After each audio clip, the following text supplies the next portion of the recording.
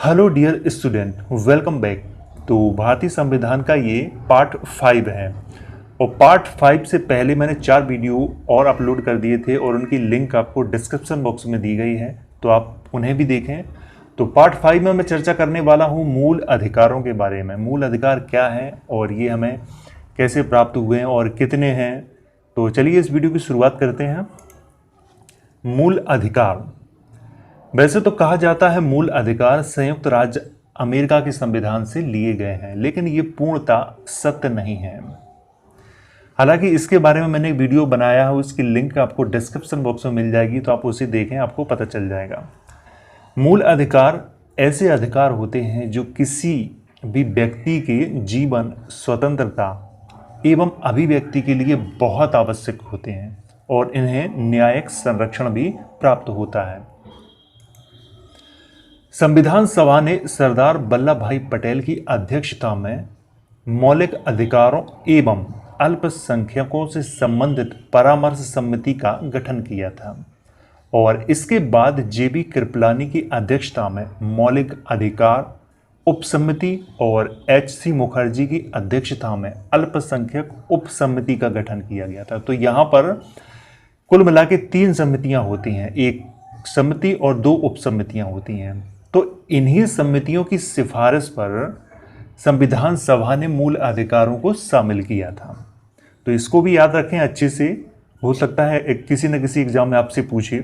और संविधान के भाग 3 में अनुच्छेद 12 से 35 तक मूल अधिकारों का विवरण दिया गया है। तो यहाँ पर ये भी याद रखें, क्योंकि बेसिक ये चीज़ें हैं, आपको याद ही रहनी चाहिए। कोई भी आपसे पूछ सकता है, भले एग्जाम में आए ना आए, लेकिन आपको बेसिक जानकारी तो रहनी चाहिए इनकी। संविधान के भाग 3 को अधिकार पत्र या भारत का मैग्ना कार्टा कहा गया है। इसे मूल अधिकारों का जन्मदाता भी कहा जाता है। ये कई बार एग्जाम में पूछा गया है, तो इसको बहुत अच्छे से याद रखें। राष्ट्रीय आपात के दौरान सभी मूल अधिकारों को स्थगित किया जा सकता है, परंतु जीवन और व्यक्तिगत स्वतंत्रता के अधिकार को स्थगित नहीं किया जा सकता है। तो इसको याद रखें, सभी को किया जा सकता है, केवल एक को छोड़कर। वो एक कौन सा? जीवन और व्यक्तिगत स्वतंत्रता के अधिकार को छोड़कर। मूल संविधान में 7 मूल अधिकार थे, किंतु 44वें संविधान संशोधन 1978 ईस्वी के द्वारा संपत्ति के अधिकार को मौलिक अधिकारों की सूची से हटाकर इसे कानूनी अधिकार बनाया गया था। ये प्रश्न आपको याद होगा, ये कई बार एग्जाम में पूछा गया है, कई बार।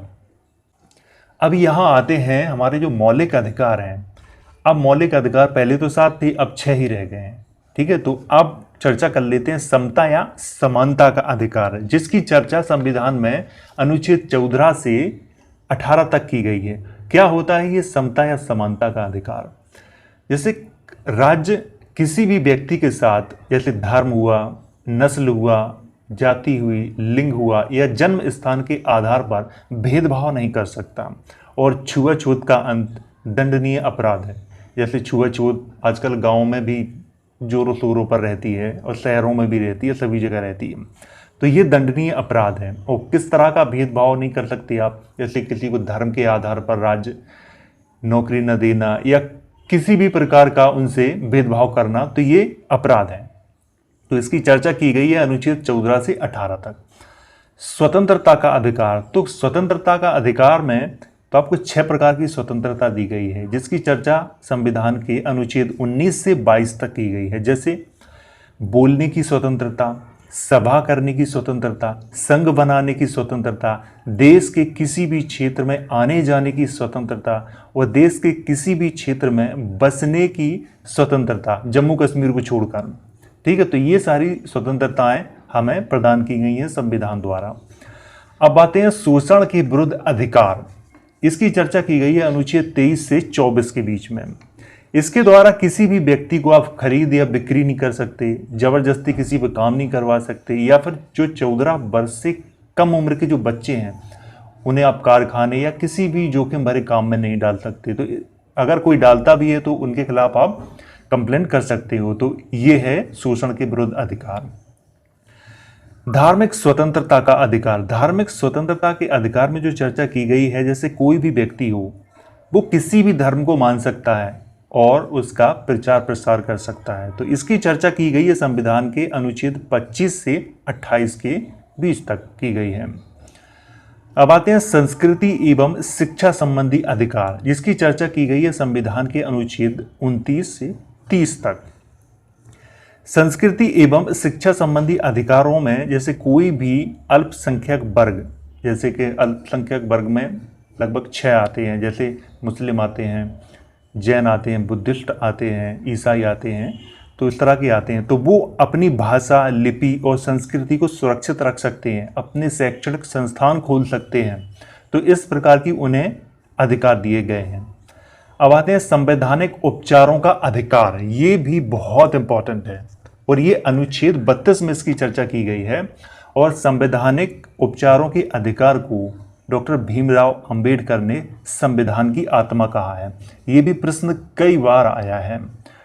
तो इसके अंतर्गत क्या होता है, जैसे मौलिक अधिकारों को परिवर्तित कराने के लिए हमें उच्चतम न्यायालय में आवेदन करना पड़ता है, तो उच्चतम न्यायालय हमें इसकी सुरक्षा देता है। तो ये 6 हमारे मौलिक अधिकार हैं। हालांकि इनके बारे में मैं सेपरेट वीडियो बनाऊंगा, तो इस वीडियो में मैं बस इतना ही, और जो अगला वीडियो होगा वो भी बहुत ही महत्वपूर्ण होने वाला है। वीडियो पसंद आया हो तो लाइक करें, शेयर करें अपने दोस्तों के साथ।